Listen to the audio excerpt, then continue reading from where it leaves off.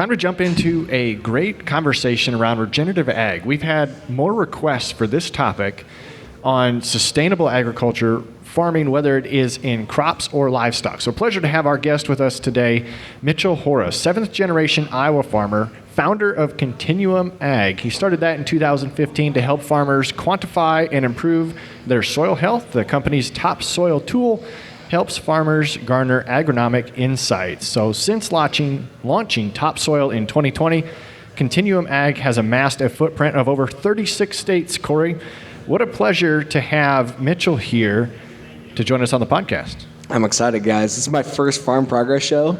Really? And oh yeah, I can't believe it. I mean, going to school right down the road for 4 years, like we had 2 shows, but never came over. I don't know, we were busy, drinking beer or something like that. Right. So never made it over, but I'm so excited. I've been here for now like 6 minutes, and I'm revved. I'm ready to rock and roll. If I had to put a face on the Farm Progress show, it would be yours. No, not mine. Not mine. It's going to be now. Maybe next year, I'll get on the banner or something like that. Isn't there like a curse for the Madden football game that if your face is on That's the true, game? That's true. Maybe we don't want the Farm Progress curse. Yeah. Maybe the 2024 tickets. He's going to blow out his ACL. That would be bad. Good thing I don't pull very many soil samples anymore. There you go. That's fine. I just got to, as long as it's my left leg, because my right one to push the gas pedal on my truck, that one's important. Yeah. Left leg, pretty disposable at this point. Just like a peg. Yeah. So you put a lot of miles on your truck, is what it sounds like. We put a lot of miles on the truck, yeah. Running around here this week. This one's a little quieter week. I'm only on the road here tonight, but I fly to the Netherlands on Saturday. I'm over in Amsterdam and over in the Netherlands all next week, speaking at a conference over there. We made the top 5 of some fancy like Regen Ag, like international conference thingy. So I was like, this is probably a complete scam, but it sounds pretty awesome. Didn't we get asked to go to the Netherlands for a sheep conference? They wanted us to talk about the profitability of sheep. But I missed that in the introduction. Continuum Ag also is in 14 different countries. So pretty big deal there. So I tried to introduce you, but always the guest does better. So what's your elevator speech here? Who is Mitchell Hora? No, you guys nailed it. I'm 7th generation on my family's farm. My daughter is the 8th generation. She's 9 months old. We've farmed down in Washington County, about 700 acres, so relatively, average or even slightly kind of, below average kind of for our commodity farming system. And because of that, we've been really focused on fine-tuning our cost of production and really dialing in, trying to diversify, trying to focus on profit, like you guys always talk about. Yeah. It's got to be profitable, and to only have 700 acres, we got to get pretty creative to be able to do it. So we started using no-till in 1978. Wow. We've been using cover crop since 2013. Our rotation here this year is mostly corn and soybeans, but we've got a bunch of cereal rye that we've been growing as well. There's our 4th year relay cropping with cereal rye. And I've got some open pollinated corn this year too. So direct to consumer, food grade corn, a red corn and a yellow corn from my cyclones. Yeah. Nice. And so trying that, we've done some winter wheat, we've done malt barley, we've done mustard, just trying to think more creatively and get outside of the box of the conventional farming system that we're in. Look at new opportunities to drive new revenue streams coming to the operation. But we've been able to cut our fertilizer by about 50%, our pesticides by 75%, really trying to hone in on our cost of production while also opening up new revenue streams coming in. Holy cow. How do you have time for all that? No, so I don't get to spend a whole lot of time on the farm. Dad's out on the farm. My parents are on the farm full time. And Dad's got some other boards and stuff that he sits on as well. But Dad manages the farm. I just make it tougher for him and bring him all these wild ideas, learning from guys at conferences or on social media. But most of my time is with Continuum Ag. As you guys stated, I founded that in 2015 while I was just down the road here in Ames going to school. And now we're at 23 employees now. Wow. And so covering a pretty good territory, like you said. We just hit 820,000 acres the other day. So really expanding that out. And the main focus there is that if we're going to tell our story in terms of sustainable agriculture, if we're going to define regenerative ag, if we're going to really hone in on our carbon footprint or other environmental outcomes, we got to have the data to be able to do it. And that's what we're able to provide with Continuum Ag and with our Topsoil tool is the data to focus on farming smarter with better agronomy and a regenerative mindset, but also package this data so that way we can really share our story and hopefully, again, profit from that story and from the contribution that we're making to the world. Regenerative is such a buzzword. Yeah. It feels like.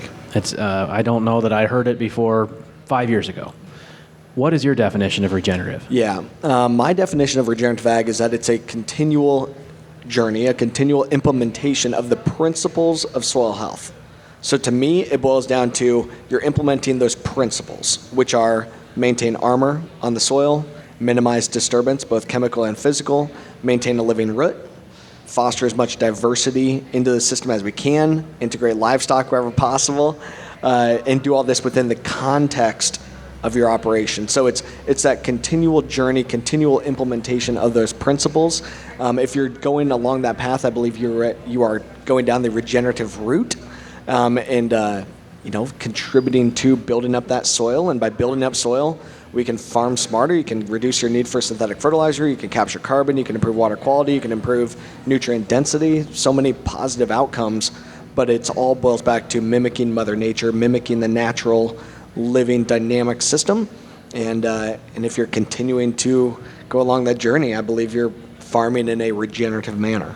So, Corey, what's your definition of regenerative ag? What was going through my mind when he was saying that was another company that we work with, BW Fusion. They always talk about the fence row. Yep. Right? Like if you go to your fence row and you dig that up, it's untouched. It's always had grass there, not very much fertilizer or chemicals usage, and you go and you can just smell it. Oh, yeah. You can smell it when you dig into it. So that's probably my definition is the fence row. Yeah, and we don't have Dave here with us, and I know when you mentioned that you have to use data in order to do this, he'd have just lit up and said, "Data's the currency of agriculture." That's currency something of the internet. Well, it's in agriculture. You have to have it, and I think one of the interesting parts of what you do at Continuum Ag is you've developed a consulting arm, and that's really how you've lined up these 820,000 acres, and I think that's industry leading. So what was the brainchild behind becoming a consultant, and why did you see that need? Yeah, it's a good question. And real quick, though, on your fence line deal, the best thing that I do when I go visit farms, and especially we're getting some very large corporate farm, like not corporate farms, but very large family farms and like big operations.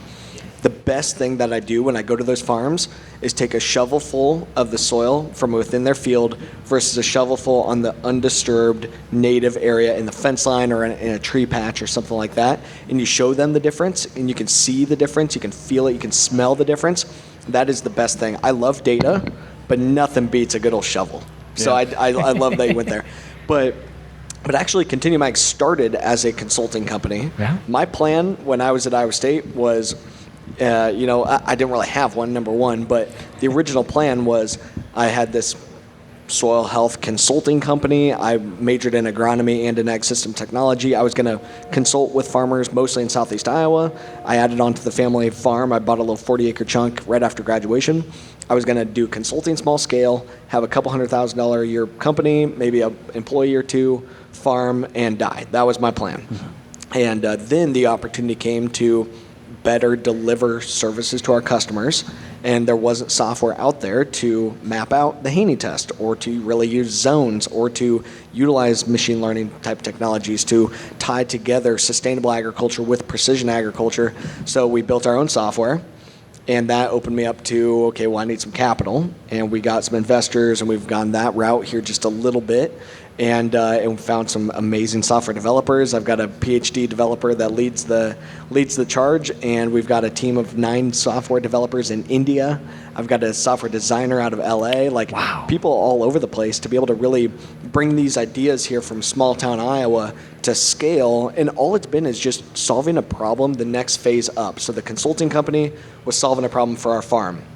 Then it was I needed to solve a problem for my consulting company to deliver some basic value, the maps. Well, I need the software to do that. Well, other consultants need software too. Oh, well, this carbon space, this regenerative ag sustainability space, they need data. They need to prove what we're doing here too. They need software. So it's just continued to go up the ladder really. And now here we are today, with continuing to add acres all over the world.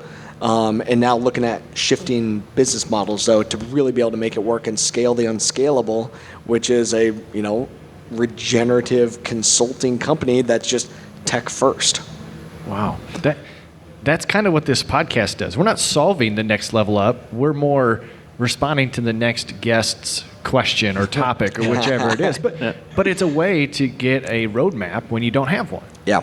No, on the Fieldwork podcast, Zach and I and Tara, we're supposed to have a script and all that. Shoot, I've never read a single one of those scripts. And they've kept me on for 4 seasons, and it sounds like we're going to do another one. So winging it has definitely worked out for me pretty well so far. We've got 2 pages of paper in front of us, and I haven't read anything except for the intro off of this as well. We're just curious about everything that is put together. We do have a couple of questions that are being texted in that we'll get to here in a second. But going back to this, you talked about the consulting side, and you're working on improving profitability, and that's what Farm for Profit is all about. So let's talk about a couple of low-hanging fruit or key things that if someone asks you a question, they just met you, that you hit first. What are your first 2 easy ways to increase profitability? Number one, so my angle, of course, is on going down this regenerative route. So usually people are coming to me asking about cover crops and asking about how to get started with cover crops. And the easiest way to make that profitable is cereal rye, a head of soybeans, a light rate of rye. There's plenty of cost share out there. You can cut back on your pesticides in year 1. You can cut back on your fertilizer in year 1. You can hopefully improve the actual yield on those soybeans in year 1 by planting green and letting the soybeans and the rye work together and be profitable right away using that. So that's one of them. Number 2, and probably the actual answer here, is utilize the Haney test to better understand the fertility and better understand what's actually going on in your soil, because there's a pool of nutrients in the organic form that we've never really accounted for before with our traditional soil testing. Mm-hmm. And we looked at all of our customers that are on varying levels of implementing regenerative systems and varying levels of decent soil health. And we ran all their fertilizer recommendations looking only at the inorganic nutrients in the soil versus the total nutrients in the soil, the organic and inorganic. And the fertilizer savings between those two, with today's fertilizer prices, ended up saving our customers an average of $112.42 per acre in fertilizer costs. With today's fertilizer being through the roof and not going to go down anytime soon, having the best data possible to fine-tune your fertilizer management is huge. Yeah. Now, do I always tell them, like, hey, you should actually cut back by $112 an acre? No, that's probably a little aggressive. And with $7 corn, we don't want to lose yield. Yep, don't want to short it. So we got to balance that. But hey, can we cut back by $20 or $40 or $60 per acre and still maintain amazing yield? Absolutely. And as we implement this regenerative system, more of those nutrients are in the organic form, and you can cut back as more of the nutrients are there in a biological system. And on our farm, that's resulted in 50% reduction in our synthetic fertilizer and massive dollars back into our pocket. So big opportunity there, I think, to really fine-tune your use of data, fine-tune fertilizer management, and continue to focus on driving yield. So am I right in saying the Haney test is testing what's plant available? That's right. That's the key thing on how I think about it. So a traditional analysis kind of looks at your soil's intermediate assets, what should come available. It uses a really strong acid, and then the university, return to fertilizer recommendations have been kind of built around that number. The Haney test shows you what's actually available to that plant right now, because the plant still needs nutrients. And then we show what's available, and all you have to do is fill in the gap between the total need versus what's available, fill in the gap. And because that's what the plant actually cares about, is what nutrients are actually available to it that it can use, and the more nutrients we can make available to that plant, the less we have to spend on synthetic inputs. So a typical soil sample plan for a conventional farm would probably be every 4 years, 2.5, 5 acre grid, something like that. Yep. What are we changing up? Yeah, so I like using zones, and because it's a little bit more cost effective to be able to do it that way. We still typically charge about $10 an acre to do zone-based Haney sampling, so it's very competitive to a traditional grid analysis, but I like using zones because we can utilize now machine learning, we can utilize big data to better assess the spatial variability of those fields. Because Mother Nature doesn't work in a straight line. And it blows my mind that we're still attempting to farm using only math. So how do you identify your zones? So we utilize, so machine learning, looking at the spatial variance in whatever layers we put into the calculation. for anywhere in the U.S. for free and basically instantly. We can utilize soil type, we can utilize and productivity indexes, water indexes, and we can utilize slope and elevation to basically fine-tune the GIS capability, because those soil types were not put together with good GPS. Okay? Right. They have basic inherent soil properties, but we can basically create a souped-up soil type map combining together the soil type with the satellite imagery to create a better zone assessment. If we have yield data, if we have Veris data, if we have other sensors, if we have old soil data, all that can be tied in, but at a bare minimum, at least to be able to see what type of variability do we already have out there, and then pull the samples to ground truth. And how often? I like doing it once every other year or so, because I believe you can really fine-tune your fertilizer management with better data. The more data you collect, the more you can change and the more you can adjust. So, but usually every other year I think is plenty. Now on our own farm, we're going at least every year on our zones.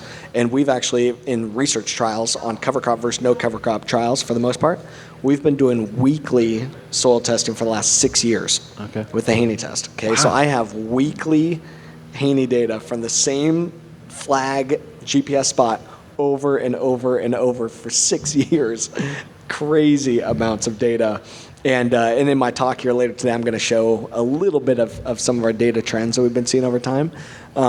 Now, I do not recommend doing weekly Haney testing. The reason why I've been doing it at that intense level is that with the Haney test and with regenerative agriculture, we're looking at the soil as a living, dynamic system. And it changes all the time.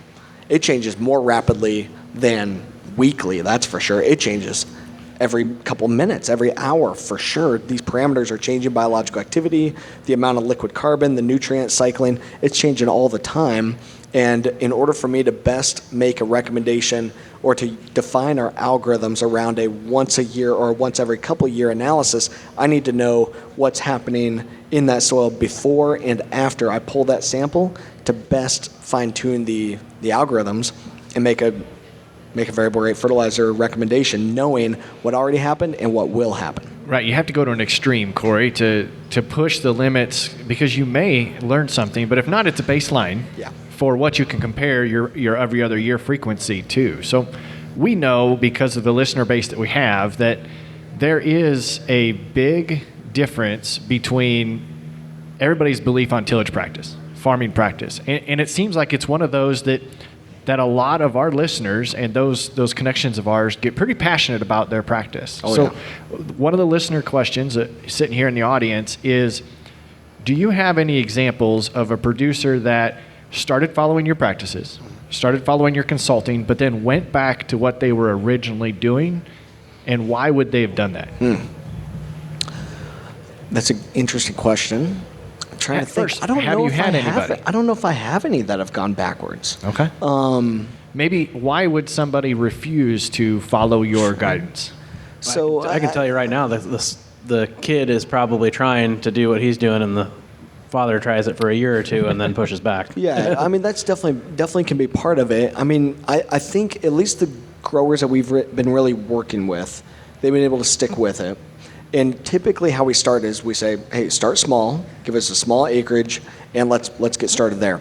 But also, you're not going to really hit a home run in year one. Mm-hmm. You're going to see changes over time. It's going to take a little bit, and after you're a couple years in, you're really seeing changes happen, and then you can keep accelerating. And I just see over and over that I believe that more farmers are going to go this route, to use less tillage, to have cover crops, to utilize better data, to go this more regenerative route. I believe more people are going to do it just because it really is better and it really puts more dollars back to your bottom line. Like, I'm not like hey, we got to go save the whales with regenerative ag. Like, that is not why I'm doing this. I'm saying, guys, this is just more profitable and it's just better for your family farm and better for your soil. Now, one of the things that I'd really like to do, though, is with these farmers, gather some quick year-over-year data with the Haney test. So there's some of those fields where we will sample them annually just to get a quick base hit. Because some of these practices, especially if you're making only a small baby step, you're not going to see insane changes in 1 year. but you can improve your biological activity in 1 year. You can get more liquid carbon down into the ground, more carbon drawdown, more liquid water extractable organic carbon. That can happen in 1 year. You can improve your pesticide management in 1 year. You can improve your aggregate stability in 1 year.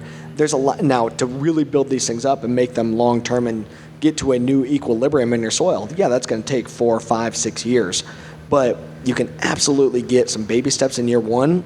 And typically when we show those quick base hits, people will add new acres even right away in that second year. So maybe piggybacking on that question, what are some of the things that people maybe stub their toe on coming into the program? A bunch of people have stubbed their toe. I mean, I think one of the biggest issues is that there's a lot of conflicting messages in this space. And I try to educate and not just say you should, but speak from experience and speak from what I've seen work, what I've seen hasn't worked, speak from our own farm where we're trying all kinds of stuff and we've really screwed things up on our own farm. Our first year using cover crops, we lost $100 an acre in year one. Like, we really stubbed our toe, and I want to make darn sure that none of my customers are going to have a $100 an acre loss. Like, that is not good. And what we screwed up was that we didn't understand that soil life. We didn't understand the carbon to nitrogen ratio. We didn't understand that soil is alive and that we need to provide it a balanced food. What we did was we threw out a whole pile of cereal rye ahead of corn, planted green, and didn't get it killed correctly. We didn't change the fertilizer program, didn't change the planter setup, didn't change anything, and it was a complete disaster. You learned a lot. We learned a lot. But it was a disaster. It was a disaster. That corn made $2.45, so we were still fine. Oh, dang it. Yeah. That's a disaster. It was a complete disaster. It looked awful, but we still lost $100 because we did trials, of course, and the check strip was $2.65. And at this time, a couple years ago, with the expenses and with the yield loss, it was about $100 an acre loss. One of the biggest things, though, that I think farmers should be doing, again, is light rates of cereal rye ahead of soybeans. That's an easier baby step. It's much easier to make it really work. I always recommend cover crop ahead of corn as well, but use really light rates, try to get some diversity into that. Plant green. My buddies in my alma mater down the road still keep saying terminate the cover crop like as soon as it starts getting green. I think that is a complete waste of money, because what the heck good did it do for you? But it is the risk adverse answer. I know why they're saying it, and that's fine. But if you want to make this work, you've got to utilize these tools as an offensive management program. Do not just go into this looking at it as defense. It's got to pay the bills. It's got to make us more profitable, or else what are we doing it for? I mean, sustainability is great, but sustainability only matters if the farm is economically sustainable, and that has got to be our main focus. And then the carbon outcomes, soil health, the water quality, all these great environmental things, those will come as we focus on implementing these principles in an offensive manner to make us money. Yeah, and Corey, we've learned in a lot of conversations that we've had on the podcast and with others off the mics that it's a bonus too when you have livestock and you can bring that also into the equation. We had one conversation before we even jumped on here this morning that had a question around the dry matter that comes out of composting turkey litter. So do you have any clients in your book that you're working with that have a minimal till or a way of incorporating that dry matter if you're going to go away from deep ripping or other conventional tillage? I've seen a couple different things. So I've got some of my producers that'll just, as soon as they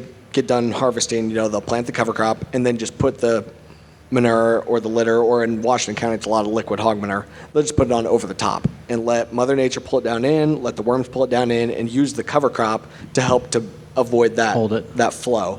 Now also we're looking at improving water infiltration here, that we don't have nutrients going sideways. We don't have water going sideways. We don't have that loss anymore. So especially as you get into this and let that aggregate stability build up, let that water infiltration build up, then you can get more aggressive with what I'm saying here.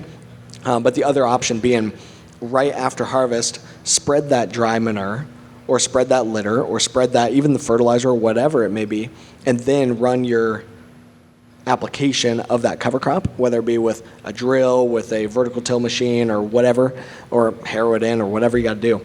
But then utilize that light pass of tillage essentially, or that seeding pass, to work that manure or work that litter in just a little bit without going and disturbing. Are we going to have stratification and stuff in this? Absolutely. Do I care? Not a bit. Most of the roots are up top. I'm going to get that to infiltrate down through, and we're actually seeing now our worms are cycling and mixing soil so much that they're going down to our B horizon, the clay, and pulling clay back up, and I'm sure they're taking black dirt back down too. Really interesting to see what's happening with those channels all the way up and down in our soil, especially in an ultra dry year like we've had this year. There's been way more rain up in this neck of the woods than what we've had there for a 8-week period over summer. We only had 0.4 of an inch of rain. We've been super, super dry. So those worms are really working down deep, mixing that soil, mixing those nutrients, and pulling carbon down deeper in the soil as well. Yeah, everybody except Corey's farm. Yeah. Well, we were really wet early and then dry as of late. Yeah, that's fair. Yeah. So when we get back to what Continuum Ag is doing, one of the key terms that is all across your website is called a regen roadmap. Yeah. So can you explain what that is and how that's benefiting your clients? Yeah, so I was kind of telling the story early on of Continuum Ag. I started as a soil, just as a soil health consulting company doing the Haney test, and we just charged for Haney testing. That was really it. Well, now there's an opportunity to help farmers manage much more holistically. And this was really brought about by some of our enterprise level customers like Rabobank, and we have Land O'Lakes now, John Deere, Bayer, a variety of SIBO, a variety of these very large enterprise level customers who are saying, well, we need more than just some soil data. We need to know holistically, how do we implement these regenerative practices? How do we put together a cover crop blend? How do we plant into it? How do we kill it? How do we manage all these items? And that's what's brought about this Regen Roadmap, which is basically just our subscription consulting service. And but it includes a monthly touch point. It includes ongoing tech support to be able to manage this. It's a lot of work, and I mean, again, we're trying to scale the unscalable with technology, but the hardest thing when it comes to regenerative ag is the how-to. How do you do it? How do you implement for the context of your operation? And that's what we've brought about, this subscription service, to deliver that and provide the resources and the hand-holding that growers need to be successful. You've mentioned carbon 10 times? I mean, a lot in this, 20, 30 minutes here. Are you guys able, carbon is another buzzword with regenerative. Are you guys able to pull more out of these carbon markets? Yeah, actually, most of my customers don't qualify for carbon markets at all. I've never been paid $1 for carbon, and most of my customers don't qualify for carbon markets because of the definition of additionality, which is this super naive term that is in carbon markets that says, because we're paying you for carbon credits, now you're going to change because we are the savior. Like, no, that's not true at all. And all it does is basically it ends up providing privatized cost share is what the carbon markets are today, which is fine. It's a great spot for them to start. I understand. I get it. But a big chunk of me going over to Europe next week is, hey, we need to reinvent the rules here, because in agriculture, our carbon footprint is going to be different every year. Because of weather, because of the practices we're able to implement. And we need to focus on your annual contribution to the problem. And the more farmers do, the more they should get paid. Just like when we're looking at profitability, we're looking at farming today, the better you do, aka yield, the more yield you get, the more you can get paid. And until carbon gets to that point, I think we're going to really struggle. But in order to do that, we got to have a lot better data. We got to have a lot better algorithms. We got to have a lot more transparency in the marketplace. And then I believe we can have a level playing field where we utilize the free market and utilize farmer innovation. And the more innovative you are, the more aggressive you are, the more creative you can get at solving the problem, the more you can get paid. Today, it's not. Today, it's only, can you check a new box, do a new practice, and you get paid the same amount as anybody else. Whether your cover crop got 2 inches tall or got 4 foot tall, you get the same amount, which I think is complete crap. And I think it's going to fall apart, just like they did. We've been down this road before. 2009, Chicago Climate Exchange crashed, and we're going the exact same route right now. And I think there's an opportunity to fix it by getting better data, redefining additionality, and showcasing innovative farming systems that can aggressively contribute to drawing down that carbon and putting it back in our soils. Now, that's not a reason for those that do qualify to not go sign up. No. If you do qualify, you'd suggest, 100%. let's go get paid. My thing is, hey, these carbon markets love it. Like, hey, all for it. It helps, move the regenerative ag movement forward, and that's what I care about.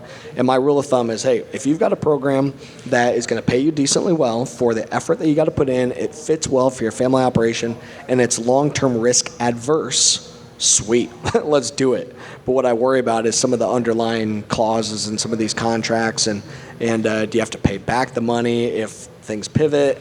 Are you going to be able to harness, potential upside in the value of these credits? So that's why I want to make sure that farmers are, work through this with your attorney, get the right advice. If it fits well, sweet, jump on it, put some dollars in your pocket, and utilize that to keep investing in what you can control on your farm, which is cost of production, and continue to drive the yield.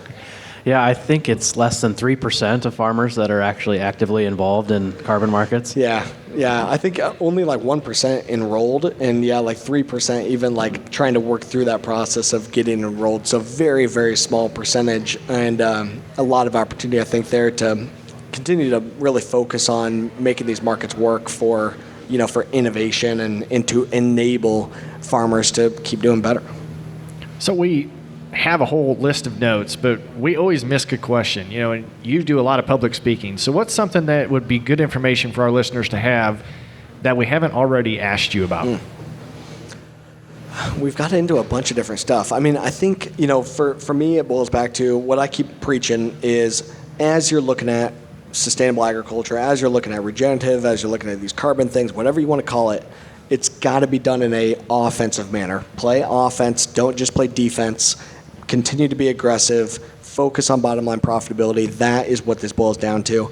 And then number two, hey, if there's an opportunity for you to sign up for something and improve your profitability, sweet. If not, get your ducks in a row in terms of the data, because the day is coming, and those who are ready for it are going to be the first movers, are going to be able to profit from this. And, so start getting your data wrangled now, because it's a lot of data. It's a big lift to be able to do it. How do you suggest someone gets a hold of you and starts with Continuum Ag? Yeah. So our website's continuum.ag. I'm all over social media at Continuum Ag or Continuum_ag on Twitter. Or shoot me an email, mitchell@continuum.ag. We're fairly easy to get a hold of. The key thing I think is just continue to do your homework. Don't go into this blind. Don't lose $100 an acre like we did, and make sure that we're going about this smart. Utilize the resources around you. Right. I've got a question that's probably off of regenerative, but it's more on the entrepreneurial side of things. You don't go from 0 employees to 20-some employees. I mean, that's a big step. I think I've seen you have some seed funding and other things going on, and maybe won some competitions. Can you speak to that a little bit? Yeah, we just won the state Papa John venture competition there a couple weeks ago, so that was nice. Got that check in the mail here the other day, so that's always good.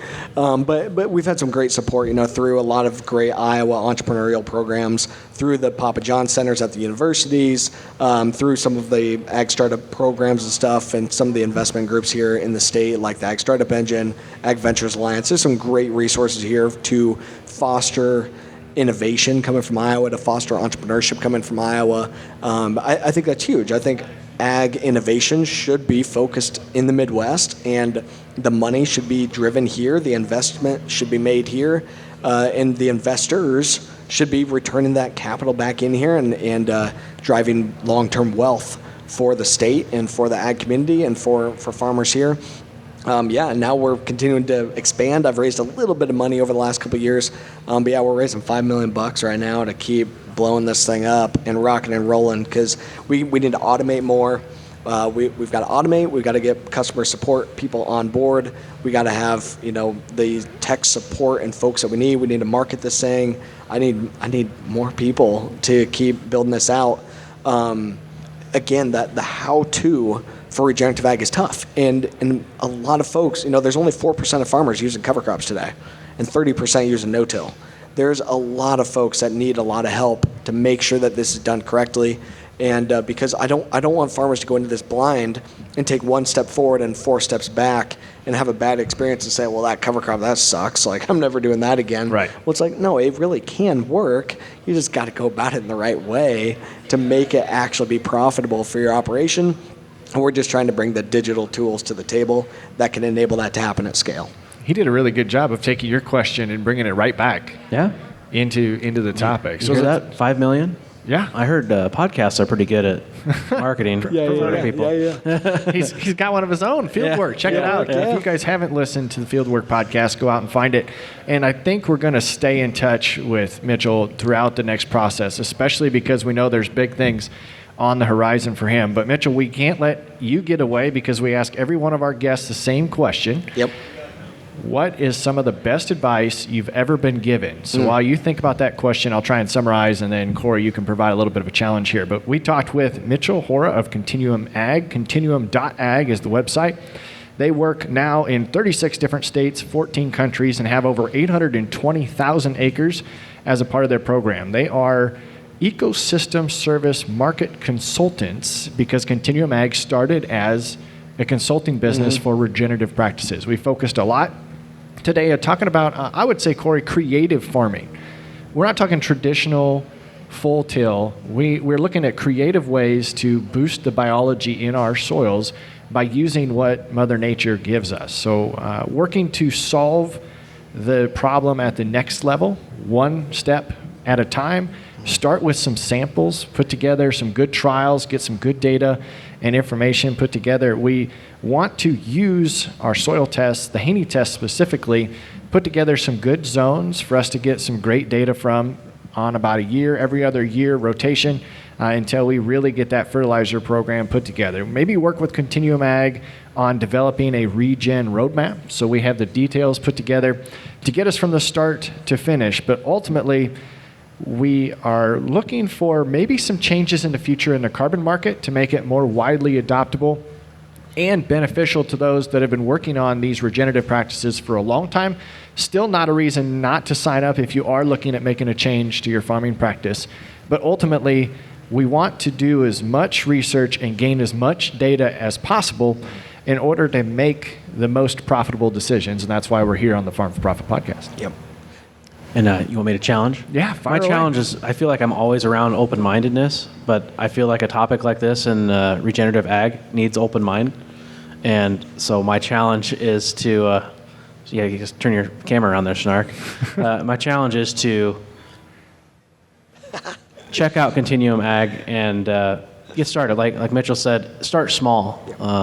It's not a whole farm at once. That sounds like anxiety to me. So, yeah, no, you don't have to start with the whole thing. Start small, and that actually kind of ties in the answer to fire away to my answer to your question. A really interesting piece of advice that I think about a lot came from one of my mentors. His name is Dave Stamp, great business guy, and Dave's key piece of advice was get the first check. So starting small in these things, or on the farm, try something new, figure out how to get that first check, whether it be in a new product, a new product that you're going to go. Make sure you have a market is what that translates to. Make sure that the market is going to be there. Make sure that you can actually get paid for doing these things. Get that first check.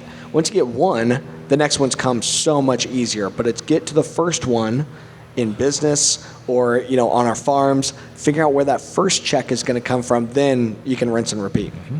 I like that. That was great. We've never had one like that. No, get to the first check, but it makes a lot of sense. Make sure they don't bounce. Yeah, make sure they don't bounce. That's right. If the first one bounces, you might want to pivot and go find a different check somewhere else. Yeah. Mitchell, thanks for being a guest here on the Farm for Profit podcast. We appreciate your conversation, your insight, and expertise. It'll be fun to stay tuned and connected with him as Continuum Ag continues to grow because we know it's going to. The trajectory is there. So I'm hoping so. We appreciate it. I appreciate it, guys. Thanks for having me on. Yep.